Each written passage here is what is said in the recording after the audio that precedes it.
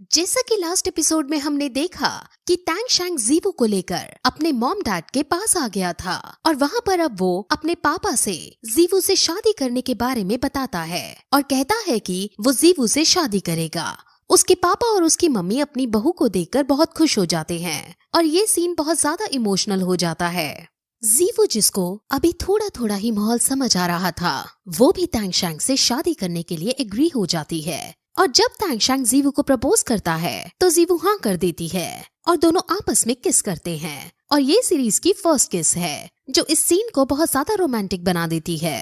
वहीं दूसरी तरफ हम श्रेक स्कूल के अंदर देखते हैं जहां ग्रैंड मास्टर अपने साथ अंकल स्वॉर्ड को लाए होते हैं। ग्रैंड मास्टर अभी बच्चों को आइलैंड में भेजने से पहले यहाँ एक हार्ड ट्रेनिंग करवाना चाहते थे, जिस वजह से वो अंकल स्वॉर्ड को इनसे फाइट करने को कहते हैं। इस फाइट में जियांग कमजोर पड़ जाती है और वो घायल हो सकती थी, जिस वजह से मास्टर जियांग को बाहर निकलने को कहते हैं और इससे जियांग को थोड़ा बुरा लगता है। अब फिर uncle sword versus Shrek devils शुरू होता है और वो उन पर अटैक करने ही वाले होते हैं कि तभी वहाँ टैंग शैंग आ जाता है और टैंग शैंग भी अंकल स्वॉर्ड के खिलाफ इस फाइट में श्रेक डेविल्स का साथ देता है। टैंग शैंग और मिस्टर दाई एक दूसरे को देखकर बहुत खुश होते हैं और फिर अब फाइटिंग पोजीशन में आ जाते हैं। सब लोग अपनी अपनी मार्शल सोल निकालते हैं, जिसके बाद अंकल स्वॉर्ड भी अपनी तलवार निकालते हैं। उनकी तलवार का नाम 7 किलर्स है और वो इससे डिफेंस करने का डिसाइड करते हैं। टैंग शैंग ब्लू सिल्वर रियलम और गॉड किलर रियलम का एक साथ यूज करता है और वहीं ऑस्कर मिस्टर दाई की सोल पार का क्लोन बनाकर रेडी हो जाता है। अब कैट गर्ल भी उनका साथ देती है और वो तीनों अंकल स्वॉर्ड पर हमला करते हैं, लेकिन कैट गर्ल के हर हमले को स्वॉर्ड मास्टर आसानी से डिफेंड कर देते हैं। निंग रोंग रोंग भी 5 वॉरियर्स के एक साथ स्किल्स बूस्ट करती है और वो भी बहुत ज्यादा कंट्रीब्यूशन देती है, जिससे श्रेक स्कूल को काफी फायदा मिल रहा होता है। लेकिन अब भी वो अंकल स्वॉर्ड का कुछ नहीं बिगाड़ पा रहे होते। इनके बीच बहुत आइकॉनिक लेवल की फाइट हो रही थी, जिसमें मिस्टर दाई और बाकी सब अपने फुल स्ट्रेंथ का यूज कर रहे थे। अंकल स्वॉर्ड को काफी इमेंस प्रेशर का सामना करना पड़ रहा था, क्योंकि सोल लैंड के सबसे बड़े यंग जीनियसेस से उनका सामना हो रहा था। लेकिन फिर भी अंकल स्वॉर्ड इतने ज्यादा ताकतवर थे कि वो सभी अटैक्स को बिना किसी प्रॉब्लम के झेल लेते हैं। और अब फिर अंकल स्वॉर्ड भी अपने स्पिरिट रिंग का यूज करके डिफेंस पोजीशन में आ जाते हैं।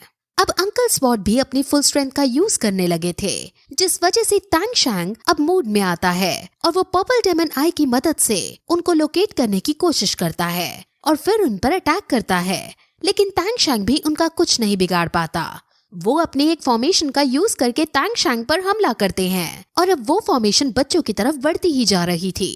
टैंग शैंग और बाकी सब अपनी पावर्स का यूज करके फॉर्मेशन को तोड़ने की कोशिश करते हैं और टैंग शैंग हैमर का यूज करके फॉर्मेशन पर चोट मारता है और फाइनली फिर टैंग शैंग की इस चोट से फॉर्मेशन टूट जाती है। लेकिन अंकल स्वॉर्ड अब भी लड़ने के काबिल थे। लेकिन वहीं दूसरी तरफ कोई भी बच्चा अब और ज्यादा नहीं लड़ सकता था, जिस वजह से अंकल स्वॉर्ड जीत जाते हैं और सारे बच्चे हार जाते हैं। अब ग्रैंड मास्टर फिर बच्चों को समझाते हैं कि उन्हें और प्रैक्टिस करने की जरूरत है और इसलिए ग्रैंड मास्टर ने सभी को आइलैंड पर जाने को बोला है। वो कहते हैं कि जब किसी की लेवल 90 से ज्यादा हो जाती है तो उसके लिए और लेवल इंक्रीज करना बहुत मुश्किल हो जाता है और अगर कोई लेवल इंक्रीज कर लेता है तो वो अपनी लेवल के जस्ट नीचे वाले लेवल के इंसान को आसानी से मात दे देगा। अगर कोई इंसान 99 लेवल पर है और कोई इंसान 98 लेवल पर है तो 99 लेवल का इंसान 98 लेवल के इंसान से 2 गुना ज्यादा शक्तिशाली होगा। ये सुनकर सभी काफी ज्यादा शॉक हो जाते हैं और उन्हें पता चल जाता है कि जितनी मेहनत उन्होंने लेवल 1 से लेवल 60 तक पहुंचने में की है, फ्यूचर में उन्हें उतनी ही मेहनत एक रैंक बढ़ाने में करनी होगी। अब टैंग शैंग समझ जाता है कि जो उसके ताऊची ने टैंग चेन के बारे में बताया था कि उनकी लड़ाई मार्शल सोल के पोप के साथ हो रही थी, तो वो पोप मार्शल सोल का एक एल्डर है जो अभी भी जिंदा है। उस पोप का नाम कियान दाओ लियू है और कियान दाओ लियू बहुत ताकतवर आदमी है, जिसके चर्चे पूरे सोल लैंड में फेमस हैं।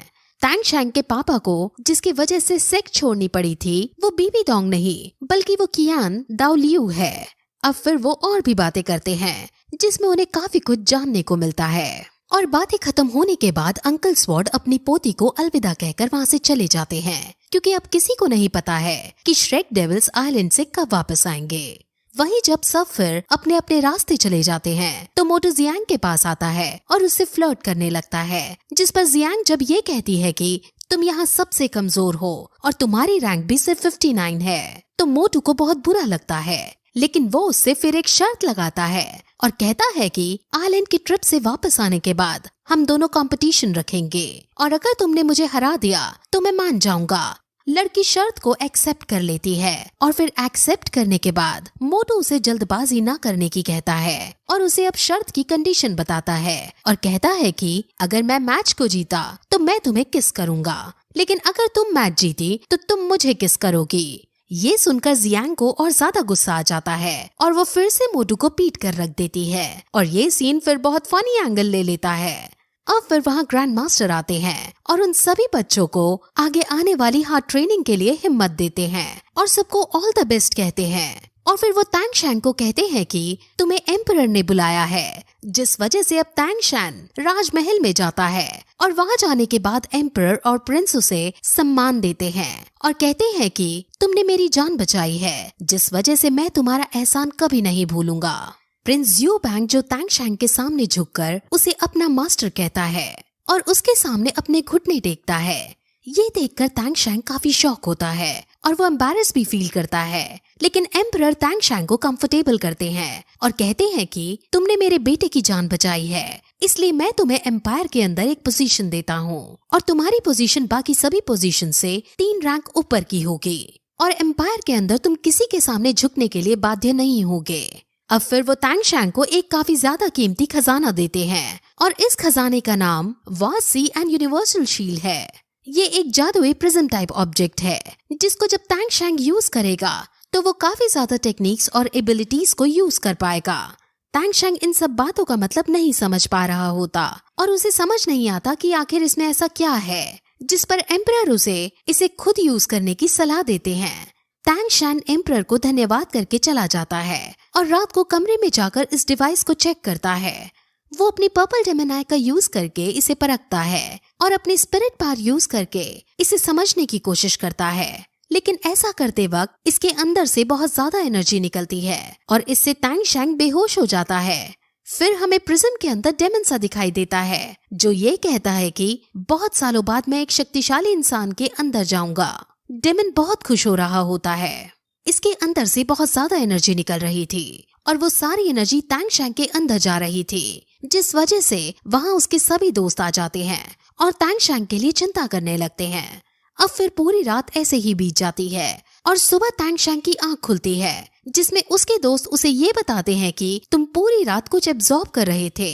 और फिर तैंगशैन अब होश में आकर अपनी बड़ी हुई पार को देखता है और उसे पता चल जाता है कि उसको कुछ नई स्किल्स मिली हैं। वो अब सभी बच्चों को अपने इन स्किल्स को दिखाता है और अपनी पहली स्किल का यूज करता है और इस स्किल की वजह से उनके आर पार एक इनविजिबल शील्ड क्रिएट हो जाती है, जिसकी वजह से बाहर खड़ा आदमी उनको देख नहीं पाता। अब तैंगशैन उन्हें दूसरी स्किल दिखाता है जिसमें वो सामने वाले ओपोनेंट को थोड़ी देर के लिए फ्रीज कर सकता है। उसको और भी इसी तरह की अलग अलग स्पिरिट्स मिली होती हैं और तैंगशैन को उन स्किल्स को जानने के लिए इस प्रिज्म को एक्सप्लोर करना होगा। अब फिर सभी बच्चे गाड़ी में बैठते हैं क्योंकि अब उनका आइलैंड में जाने का समय हो गया था। टीचर्स और बाकी सब लोग बहुत ज्यादा दुखी हो जाते हैं क्योंकि ये लोग फिर से इतनी दूर जा रहे थे, लेकिन ऐसा करना जरूरी था, इसलिए सब एक दूसरे को संभालने लगते हैं। गाड़ी के अंदर जियांग बहुत रोती है क्योंकि वो अपने ग्रैंडफादर से पहली बार दूर जा रही थी। अब इस बार मोटू बिना फ्लर्ट करके उसके पास आकर बैठता है और उसको संभालता है, लेकिन जियांग को अब मोटू के ऊपर गुस्सा आ जाता है और वो मोटू को झाड़ देती है, जिससे मोटू को हर्ट हो जाता है और फिर यही एपिसोड खत्म हो जाता है।